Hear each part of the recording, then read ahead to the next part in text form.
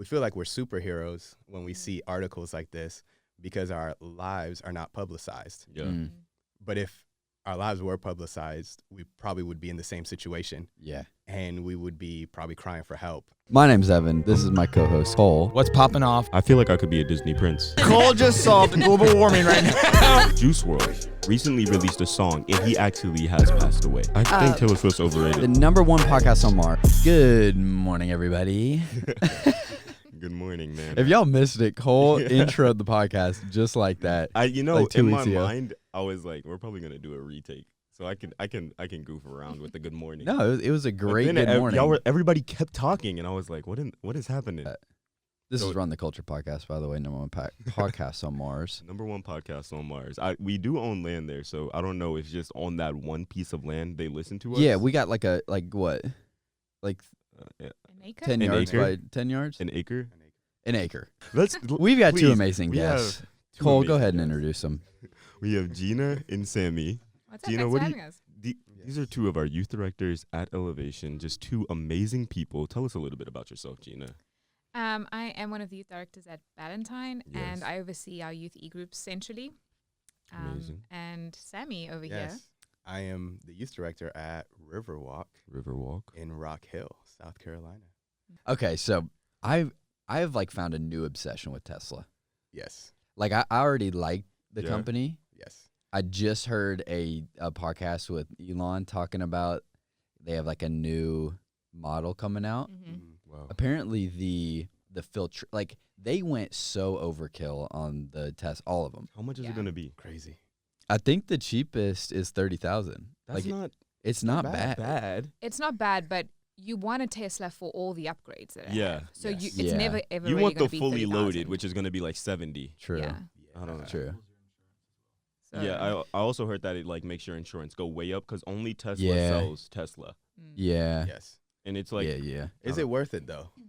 I don't know. So what I heard was the air filtration system Mm-hmm. is like the highest grade medical Wow. air. So you could actually go perform a through surgery. it's like a level 4 Yeah. biohazard zone and be completely fine. Yeah. Wow. You Wow. could conduct like it is the same filtration system they have in hospitals to do surgeries. Dang. 100%. Is in the like it is like Does it smell better in there? Like what in the I can't even wrap my mind around that. yeah. That's How better does than China somebody rain. think?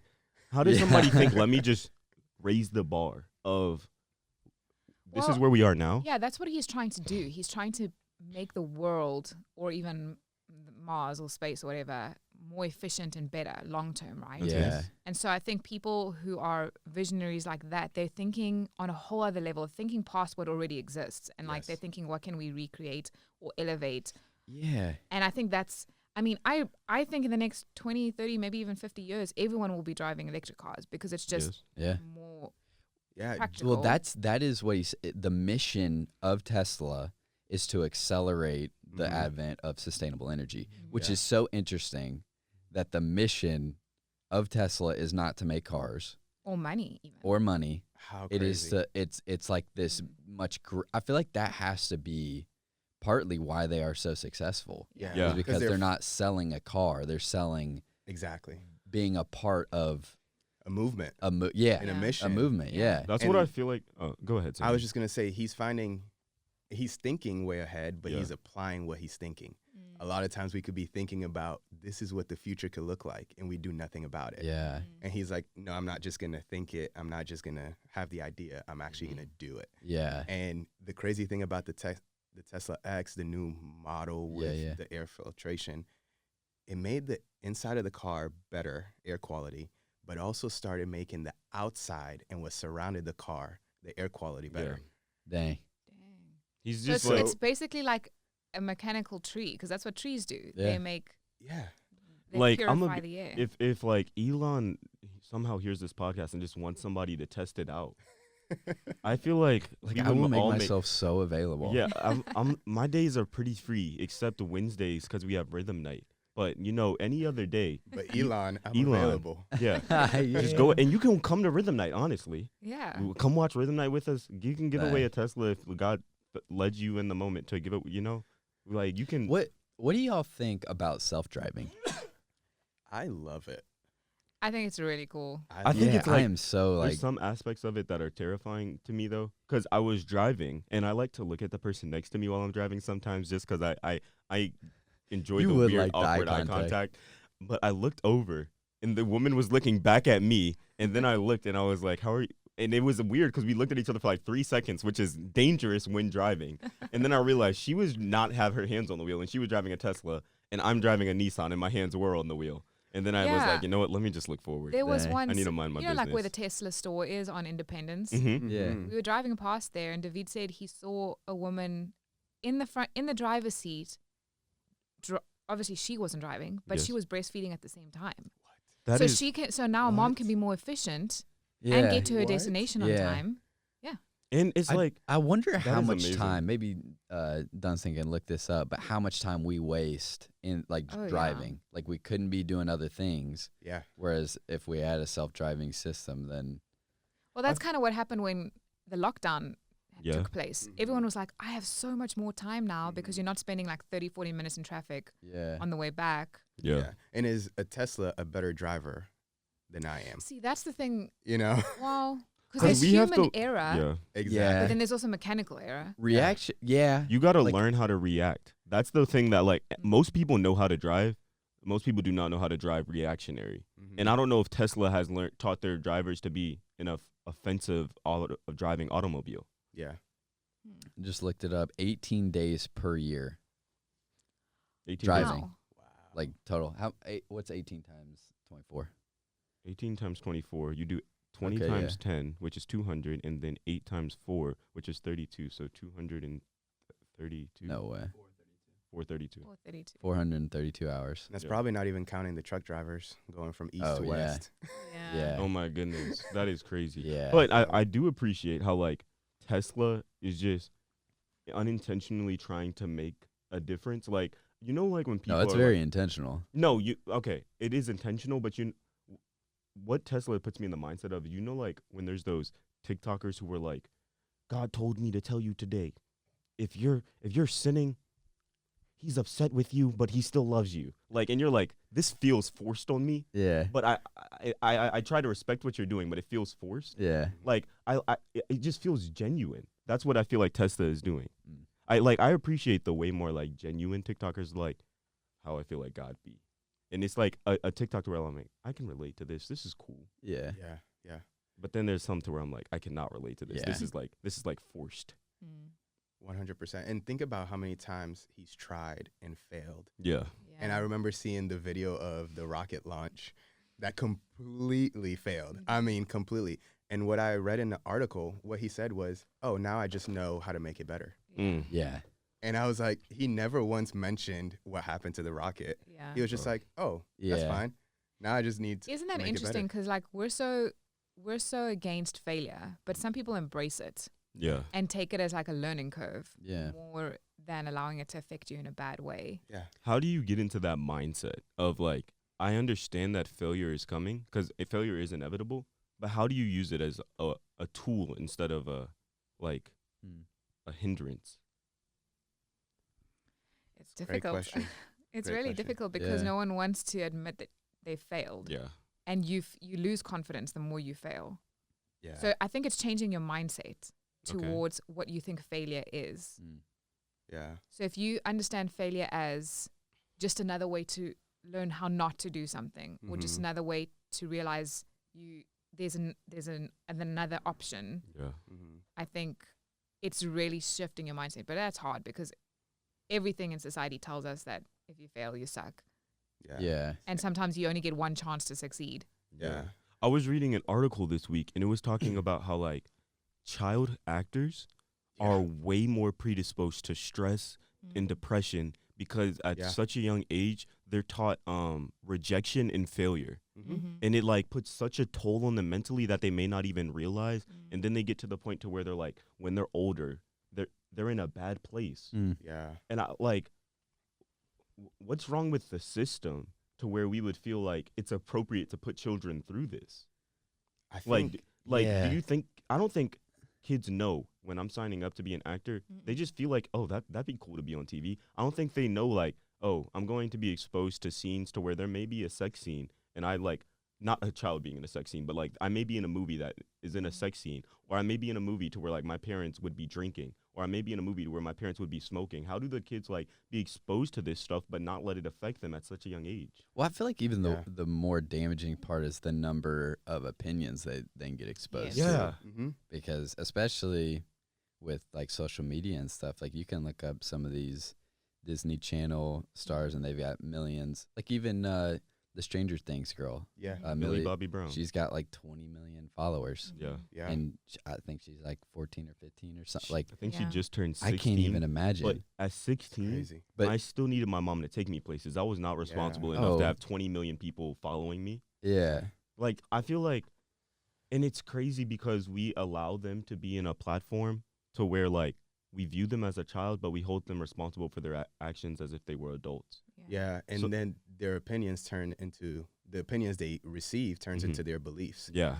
And that's where it messes things up because they haven't really developed Yeah. their own or are home enough to for that to be created in their home because they're just either traveling Yeah. or shooting a bunch of movies. yeah, And I think it goes back to the home life and then knowing that their belief is being developed by what they're doing, not what they're experiencing in the home. Yeah. And so that creates some dangerous things. Dang. So would you allow your child to be a child star? I don't think I can. If they're like if they're the next Justin Bieber, Yeah. like what Man. what would you say yes to? What would you say no to? Yeah, I think that's great. I think there's boundaries Yeah. and parameters. Yeah. And it's just knowing that you need to give your child a voice. Yeah. Because I think how they become child stars is the parent wanted to become a star one day. Yeah. And they Yeah, never they're did. living out their dream. And yeah. now I'm like, I want to live out through Mhm. you. Yeah. And now I see you successful.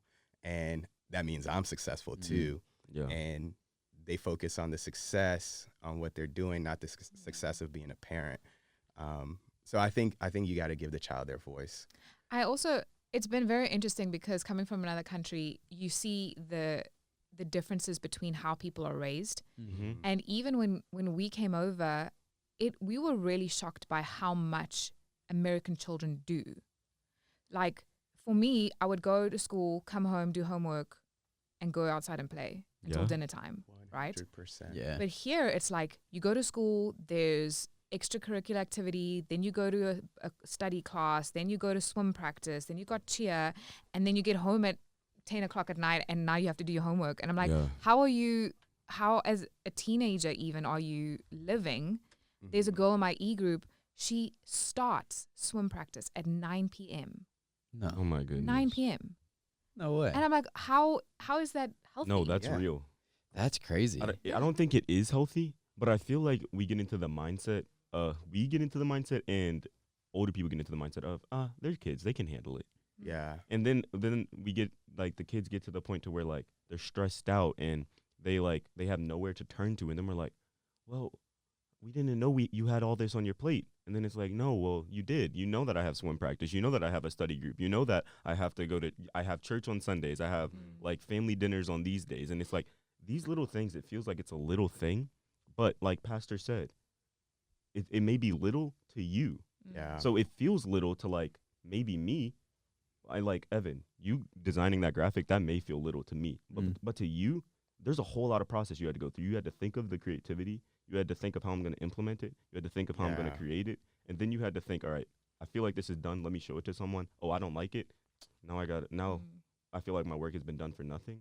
And it's just like it's a long process. And I feel like we need to get to an empathetic mindset Mm-hmm. so we can like care for people better. Yeah. Yeah. And it's the rushing thing, Yeah. like the striving, because when I think about it with my kids, it's like a lot of times I'm like, you need to be a great soccer player by now. I remember I started when I was 4.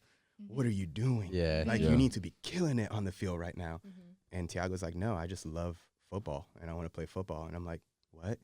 But it's like, but he Wow. feels that he's ready for that. And Yeah. what I tend to think is I'm rushing my kids to what they're not refined for Mm. Dang. because that's not where they're That's really supposed to good. be. Yeah. And it's like, no, like the child star. Like, you've put them in a position to perform and they're not ready to. Yeah. Or you've told them to do this and they're not ready to, but they don't feel like they have a voice. Yeah. And they feel like, well, mom and dad is the best. I love them. So what they say has to be true. So Yeah. I'm just going to do it.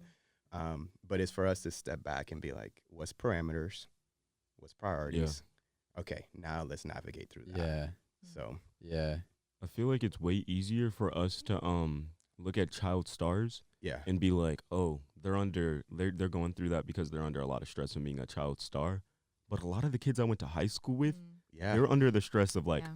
if I don't get a 4.0, my parents are going to kill me. What? They're going through the Yes. same exact thing those Yes. child stars are going through. They just have not as big of a platform, so nobody knows. Yeah. I went to at the high school I went to, we were only allowed to use one bathroom in the morning because there were so many kids who would be using drugs throughout the bathrooms just to get throughout the day.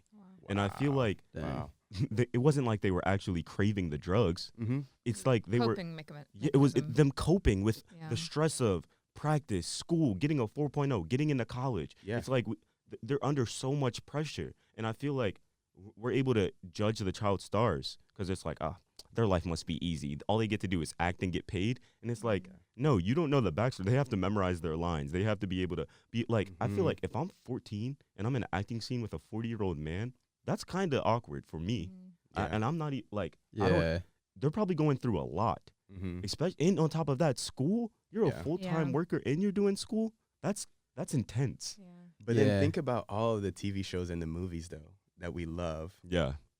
because of the kids that Mhm. played in them. Yeah. You know, I think back Full And- House and Yeah. so many TV shows. Or even how many people in the past you've been inspired by because of what they've done Yeah. as, Yeah. as a teen star or whatever. Yeah. Yeah. I think sometimes we can look at famous people like they're a service to the greater, world. Mhm. Like they're Yeah. not real people. They're a product that we're supposed to consume in a way. Wow. Like I have y'all seen the Free Britney Yes. the Yes, documentary? it's been going around. I saw somebody post like a week ago, "Free Britney," and I'm like, did Britney get arrested? Yeah. I was so Wow. confused. I remember like kind of a little bit like Uh-huh. when I was younger Yeah. about she kind of went off the deep end or whatever, and I was like, Mhm. oh, like I guess like that was kind of maybe one of my first exposures to seeing kind of famous people Yeah. Yeah. deal with mental health Illness. issues. Yeah.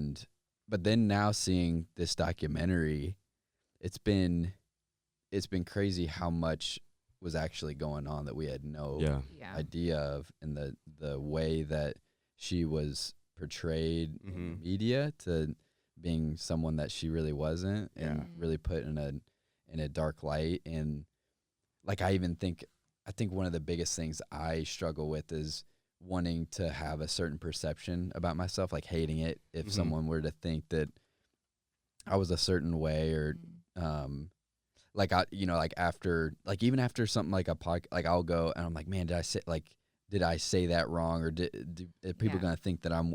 And just thinking about in her situation where she was like just like all over the place, just told that she's this certain kind of person, and having no control over what anyone would think of her. Yeah. Wow. And being held to that for such a long time. Yeah. I mean, I think she's almost 40. Yeah. Yeah. 38. And so it's like for, I think, 2 decades, if I'm not mistaken, Mhm. Yeah. being 'Cause able she was to. young when she started. Yeah. And Yeah, I to- didn't realize how young she was. Yeah. Very, very young. How young was she? She In her like teenage years? Yeah, it was Yeah, like like 14. 14. Yeah. Oh my god. Because I think it was her and Justin Timberlake that Yes. were Yep. kind of doing the Yep, same they were things. like the star couple for a while, Yeah. Yeah. and then things just got really bad on her side, and Yep. And we never knew. Like, it's easy. When I was young, I was like, why did this woman shave her head? I had no idea who she was. Yeah. But now that was probably like her crying for help. oh, absolutely. Yeah. Oh, yeah. Honestly, I feel like now we're getting into the age to where we need to get out of the assuming. Mhm. Like, Yeah. if you're assuming, that's a dangerous mindset. We just need to get into a place of empathy. Gina we had a meeting earlier, and Gina was talking about hindsight, insight, and foresight, and how empathy is like a great value that people could have. I Mhm. feel like if you can just learn how to be empathetic towards, you know what, I'm not Britney Spears, I'm not famous. I don't know what she's going through, but maybe like something led to this point in her life to where she feels like she has to get through that. And I'm not saying empathize with people like Jeffrey Dahmer. He's off he was wild. And maybe he needs empathy too. Maybe everybody needs a source of empathy, but I'm just saying, like, you know, there's that kid in your class that you like don't really talk to, you don't know much about. Yeah. Empathize with them. They may be going through something. Do you know what's been really cool out of this whole Brittany story? Because, I mean, she's a couple years older than me, but I remember growing up, like, she was huge. Every girl in my school, like, wanted to be Britney Spears, right? And watching her, like, be extremely successful at such a young age and then go through a really tough season and seeing everyone kind of like shun her for that. So you know, we all know that, like, people will love you. I mean, Jesus Christ went through this himself. People will love you until a certain point and then they will turn on you and like literally desert you. And that's what happened to her. But what's been really cool is how all these years later, 20 years later, her fans have come back around saying, hold on, there's something wrong here, and we actually can speak up and help this woman who has no control over what she can even do or say or think. And that's been so inspiring because it's almost like the story of restoration. There's like people that may have deserted her as a following, but have now come back and been like, hold on, I can actually use my voice to help restore something that she's lost. And I think that's really inspiring. I think it's tough when you can't, in her position, to not be able to make decisions. I mean, life-altering decisions. She has no way of making it. And her father is one of the people that would make that decision for her. And they don't even have a good relationship. And so imagine that. So it's for those of you who don't know the situation, her dad has a conservatorship, which I've never even heard of this thing before. A conservatorship Say over that 5 her. times. Conservatorship, Starship, Galactica. Which it's like I guess like a legal sort of ownership over her, which is super weird. I don't even know why that's Never thought a you thing. could do that. So basically, they can make all the decisions for her. You got a definition? Yeah, a person responsible for the repair or preservation of work of art, buildings, or other things of cultural, environmental interest. A guardian or protector. Never once mentioned a person. But It's that's literally back to the taking the thing. Like humanity out of it. she is like an art piece. She's not a person. She's a perform. Like That's so sad. she is in service to to entertain humanity. Like, And it's sad because like this is her father. which her father didn't even have a relationship with her, as far as I know. Didn't have a real relationship with her until she got famous and wealthy. I mean, there was an article that said she was scared, or she's scared of her father. But yet he has the right to make every decision for her. It's just a sad place to be. That is a sad I can't place. even imagine that. So we'll see where this movement goes. Hopefully at the end of it, like we'll be able to come back and say, like, God's hand is still on the situation, but God like brought Brittany through this. And I think it's prevalent because to see where Brittany was a couple years now and to see where she is now, she's definitely in a better place. So I think God's moving in that situation already. And I think this is just like a good place to say, like, this is a good time to check on your people. I highly doubt that any of your people you know are in a conservatorship, but I'm sure like your friends may be going through some stuff and they just don't tell you. I go through so many things and I'm like, I don't want to tell anybody. But when somebody like, hey, are you good? I don't know. There's something about that. There's something about that. Are you good? That just makes you feel like maybe they care. Let me tell them. So that's the challenge today. And if you're the one asking, are you good? Feel free to ask a second time. You sure you're good? I think that second reminder is what gets most people. Are you good? You sure really touches the heart. Are you good? Oh, I'm fine. Are you sure you're good? Okay, now we can talk. Now you just like you've walked in. You didn't ask, hey, can I come over? You just hey, your clothes are dirty, but it's okay. I want to come over. And I feel like the next step of that is like something I'm trying to get better at is that empathy. Because it's easy to ask someone and to like hear a response. It's tougher to then put yourself in their situation and like, oh, I know that feeling. I've been there. I felt depressed, or I may not have experienced my family, doing this or that, but I can imagine what that's like. Yeah. And I feel like that is really where the repair and the connection, the power of sharing, like, gains so much more weight. And even what you were saying earlier, like I kind of have a theory that put me in the same situation as Brittany or as, any person that's screwed up.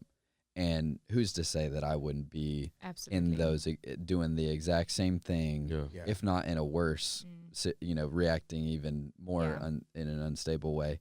Yeah. And I feel like it's so easy to look at other people and think like, oh, that's something wrong with them. Until you like find yourself in that exact same situation. And I think we're a lot more fragile than sometimes we want to imagine. Yeah. Like I don't think it takes too much sometimes for sure us to be in a place that we never thought we'd be, doing things we never thought we would do.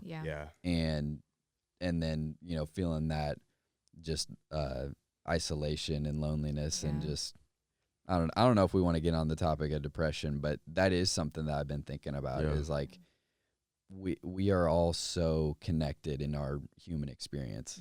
There's not one thing that anyone has gone through that we all haven't experienced to a certain level.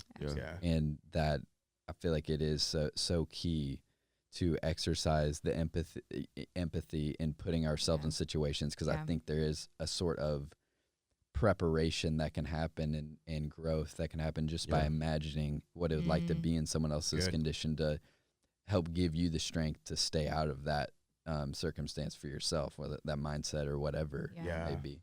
And I think it's like it's beautiful because you don't have to have the answers. And I feel like that's probably what keeps me from like reaching out to people the most. Is it's like I feel like if I get into this conversation and they're like, well, I've been struggling with knowing who I am or thing, I'm like, well, dang, I struggle with that too. How do I answer these questions? But then it's like, no, I just need to be there for them. I don't need to be their pastor. I don't need to be like, hey, go to John 37. And I don't even know if John 37 is a real verse. But all right, go to John and talk. And the Lord says this. And that's what I think God wants to say to you. And if you like, no, just be my friend in this moment. And that'll go way further than any type of like anything. I think that's the difference between sympathy and empathy. I think sympathy is actually really damaging. It is. Absolutely. Sympathy it's very is shallow. I seeing someone and then just pointing sympathy. out what's happening. Oh, you're feeling depressed? Oh, I feel bad for you. You're depressed. Now, I feel empathy, bad for you. It's like a push away. Empathy moves in and saying, I feel bad with you. I feel bad with you, and I've gone through that. If I have gone through it, I step into it and be personal with that. I think that's what can get us to a point that's very empathetic with Brittany, is that if we realize, we feel like we're superheroes when we see articles like this because our lives are not publicized. But if our lives were publicized, we probably would be in the same situation.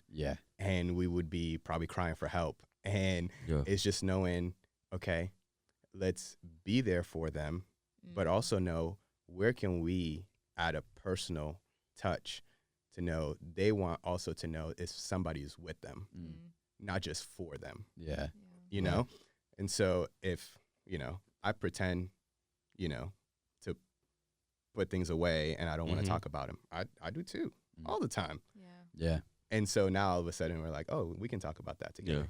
And that's the thing with empathy. It's not even like having experienced something that's similar. It's putting yourself in that person's shoes. So even if you've never experienced it, you're imagining what it would be like to experience that. So you're now shifting the way you would think. How would I respond if I had no control over what I do and the people around me just are around me because I have money or I'm popular? Like, how would I actually respond? And that's where we get to like tap into our inner selves and be like, well, maybe I'm not greater than the person that's struggling. And I think that, that verse that says be in the world but not of it, I think that's it. Like it's kind of like an elusive statement. Like, what does that mean to be in the world but not? And I think it's just that like we can understand and imagine what it's like to go through things that, you know, even the most extreme things that people in this world have gone through. Yeah. But we don't have to live in the drama of it or the you know, the cycles of it, but we can still relate with the people. I feel like the great thing to do, this is the last week of Black History Month. Yes. As we're going out, you know, just go throughout your week and go throughout your life trying to be empathetic. Yeah. You'll Starts go, with asking questions. starts with asking questions and like, you know what? I may not fit your shoes, but let me see what it would be like to be in them. Mm-hmm.